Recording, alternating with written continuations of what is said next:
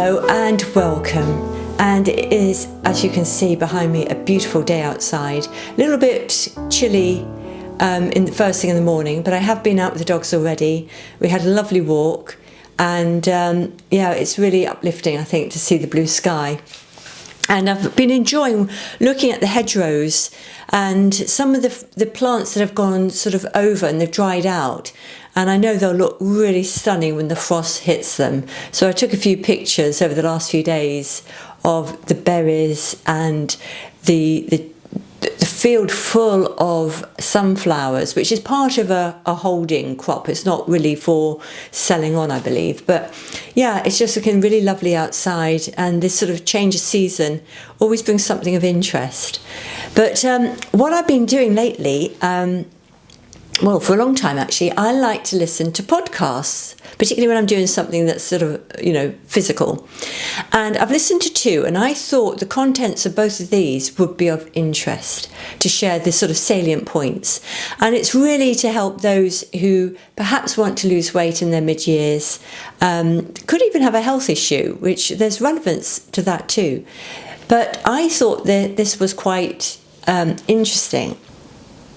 The first one is DOAC. This is the Stephen Bartlett podcast, and he has some incredibly interesting interviewees on. And one of them, I haven't heard of this gentleman, it's Dr. Alan Goldhammer, and he runs something called True North Health Centre. What he was talking about was water fasting and how he utilises it with his patients. It's fascinating. He's had 25,000 people reverse chronic illnesses going through his centre. And he talks about fasting and how it benefits. Now, there is an awful lot to do with bringing down high blood pressure, diabetes, protecting against heart disease, also cancers he spoke about. But it also, there was a small reference to the fact that, yes, fasting can help people lose weight. And this is something that I've recommended to clients previously, that they start with a 12-hour fast, which is overnight basically. So say you finish eating at 8 in the evening and don't eat again until 8 the next morning, as an example. And but he did say, add another 4 hours onto that, and they've got a better, which we do know this, a better chance of managing weight if it's more like 16 hours. So that tends to be a sweet point. It tends to trigger this process called autophagy, which is where the body breaks down, let's say, cells in the body that aren't functioning properly, and can utilise those building blocks to make new cells. And what's come out of this is that the body's very efficient at utilising the materials it has, not only for weight loss, but for all these sort of chronic diseases. And he takes people through water fasts, which are generally, it could be up to 40 days is normal. But he did say a 75 kilo chap could do 75 days. This, by the way, a couple of caveats here, that shouldn't be done in isolation. It should be done with qualified medical practitioners who know what to measure. And also, I'm not a doctor, I'm a nutritional therapist. This is what I have learned, and I'm sharing what I've learned. This is not recommendations for anybody on a personal level. You always need to get some personal advice if you're going to make any changes, and particularly if you have an illness, and particularly if you're on any medication. So but yes, I found this interesting, the amount of people who basically, the fasting helps the body reboot, to liken it to a computer. So things have gone a little bit wrong, but you fast and everything goes back almost to that base level, that starting point. And the gut microbiome is the same. It will recalibrate. Now, what's important there is when you start to eat again, you have to make sure that what you're eating is supportive of the whole systems of the body. And he was saying that when they call it refeeding, when people start to eat again, they refeed on juices, which might be vegetable juices or fruit juices, before they go on to solid foods. And this is just because the digestive system, if it's not been working for a few weeks or so many days, it can take time to kick back in. It's like anything. You leave a car standing for a week. Sometimes everything seizes up and it doesn't work as well. So you need to sort of, with the body, again, reintroduce food gently, but give it the sustenance, the nutrients. Now, Dr. Goldhammer was also saying that they measure people's levels, their nutrient levels, on a regular basis to make sure that they're not going to a point where they're becoming deplete. That is not the aim. The aim is that the body should utilise what it has, reutilise what it has to produce this reboot of a functioning human. Let's just see. I'm just going to have a look at my notes. He also mentioned Alzheimer's, which, as you know, if you're following me, that's of interest to me because my father had that, and I've been a scatty brain person of late, and it did worry me rather. But again, it can actually help support brain function as well. Depression, that was quite a key one. Some people who have depression or anxiety can benefit from fasting as well.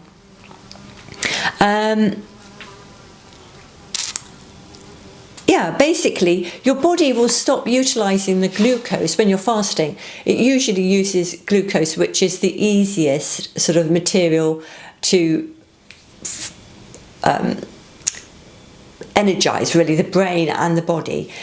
But after 24 hours, it will look, and if it's depleted those glucose stores, it will look for other sources, which mainly tends to be our fat stores. It can, depending on what we do, it can use some of the protein as in our muscle mass, but if you do a water fast, it tends not to utilise that so much and tends to utilise the fat and change that as we burn that into ketones, which the brain then can use quite readily. And that seems to be key with this sort of rebooting of the brain as well.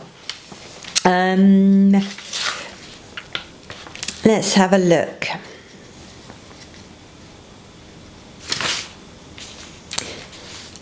I think they're really the key points I wanted to make from that particular podcast. He's also, if I go back a couple of pages, written some books that might be of interest. I haven't read these. Can Fasting Save Your Life? This again, I'll repeat his name, Dr. Alan Goldhammer. And the other book he's written is The Pleasure Trap. So the fasting one is definitely one I might purchase. Now, the other podcast I listened to was with a lady called JJ Virgin. She's been in the health industry, really in exercise since year dot, and she has a podcast called Well Beyond 40. And she again has some very interesting guests on her show, and she had Dr. Ted Naiman, Naiman, and this is another doctor I haven't heard of, and I do like finding new doctors who are progressive in their work, looking at research and have actual patients they've worked with to show that their ideas work, it's not just theoretical.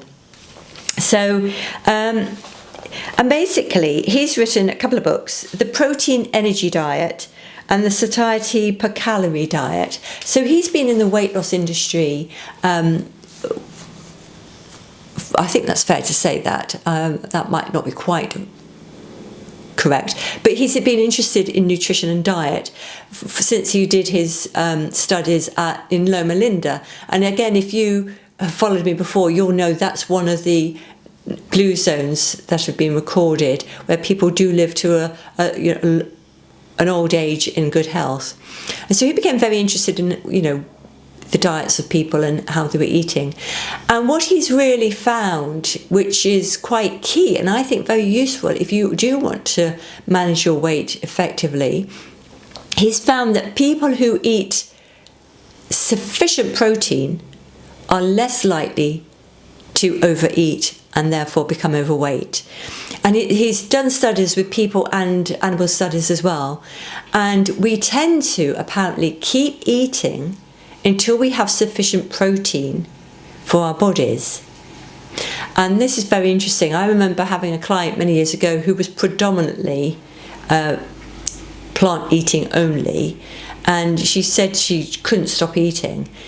Maybe her plant-based diet, I can't remember the detail, but I seem to recall trying to rebalance so she had more protein, but it didn't occur to me that she would possibly be overeating because she wasn't getting enough protein. That I wasn't au fait with. But so that's really interesting. So if you eat sufficient protein, you're less likely to overeat. So the idea here is eat your protein first. And the quality is still important. And he does mention this, that if you eat frankfurters, for instance, which are packaged, there's a heck of a lot of other things in there. And a lot of the processed meats that are produced have a lot of extra fat in there, and that's not what you're looking for. You want the protein content of a food. So the more natural, pure sources are better. And it doesn't exclude plant proteins, but it makes us more aware that we do need a good balance of protein. His recommendation was 1 gram per pound of body weight, target body weight. So go for the target weight that you're looking to achieve, and be realistic, of course. And again, please don't just listen to what I'm saying and go off and do something. Please check with your medical practitioner before you do anything, because everybody's different, and what works for one is probably work for most people. But if you've got any medical situation going on, you do need to be cautious and make sure that you're monitored.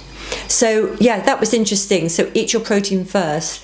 Now I did a video on protein, I can't remember how many weeks ago. I will put the link to that below, because you may find some of the protein values of the foods I spoke about of interest, and may be useful if you wanted to focus on eating your protein first and see how your how your appetite changes in your diet. Yeah, I think this is quite an interesting way to approach it as well, because we really don't want to be on a weight loss diet, one of these things you find in a magazine, because they're not really sustainable. But we do want to eat healthily, and we do want to, in general, most of us want to look after our weight and make sure we're not overeating, because with that overeating we can get not only extra weight but health problems down the line. So there are 2 podcasts that I've listened to lately, and I thought I'd share them because I think this is relevant to us ladies in our mid-years, going through the perimenopause, postmenopause and beyond, to have a few extra key tools. Like with the fasting, actually one thing I didn't mention was, with a healthy person, he thinks doing a fast for 1 week per year, water fast for 1 week per year, would be a good idea. So lovely. So if you like these videos, please like and subscribe, and please share it with somebody who may benefit as well, only if you wish to, of course. And thank you very much for joining me today. I hope to see you again soon. Thank you. Bye.